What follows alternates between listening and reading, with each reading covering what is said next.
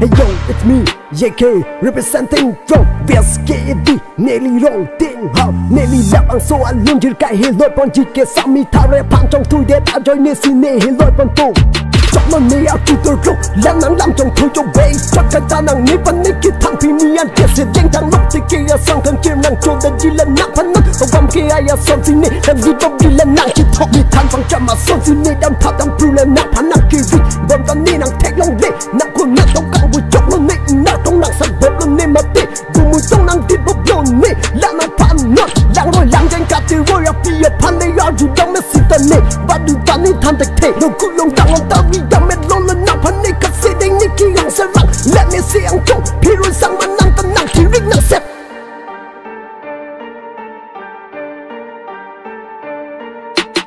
Mà mẹ ở chặt đến nàng thắng gì ta mẹ ở chưa chân lúc nàng phán nàng chỉ nhìn đắc nông trong tôi cho bên cho phù kê tăng cao ở mẹ chọc xin nàng mà lông xuống nếp phán khang hôn độc phù nàng chỉ grong chọc dù thả băng sao sao vào lòng che dân chỉ hàng cả chế ba tư hoài mẹ càng nghe ra son gì nàng chỉ biết bạn thôi thế ta nó nàng càng lọc nên thế lọc nó nên chạm sao vô à son anh ninh dòng ta bảo bị kìm mất kỳ hăng có xe lặng thọc nơi cả tăng nặng nị cho war bằng phi đọc phù chỉ tông lọc anh linh tâm để một nịt một nor xin tiền tệ thành tự thành lòng xin nê tiền tệ nị cứ stay by me nàng thấy lòng chỉ tên là nàng hẳn kê nàng chú ở sau nàng tung cho xin áo đen chỉ là nàng kia chèn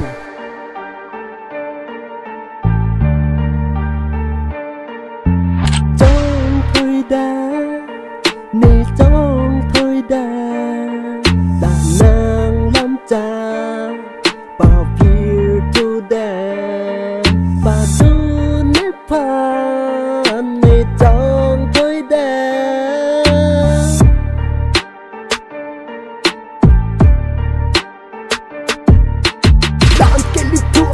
nàng này phán nàng cả trong thôi đầy cả nàng này kia này đã định lý định phạt ở sau nàng nghĩ sự đẹp áp cái nàng này phán một nít mà rạch thân nàng thì đẹp nàng xin chỉ cả đi đẹp bây giờ số phá cả số phụ lộc xin nàng cái phụ lại SMS xa lâu pen nàng khăn phạt phạt đừng nốt cái nàng này number one tao bị gì nàng bị xét trong lòng nàng sân nàng khăn hôn cái này nàng chỉ đi đắc no là sự chỉ đi từ bao mê nó nàng thay rạch cặp rạch si ta này nàng càng ngón nàng sân thật cái lòng lên nàng cái lòng chỉ mà tha tạm tha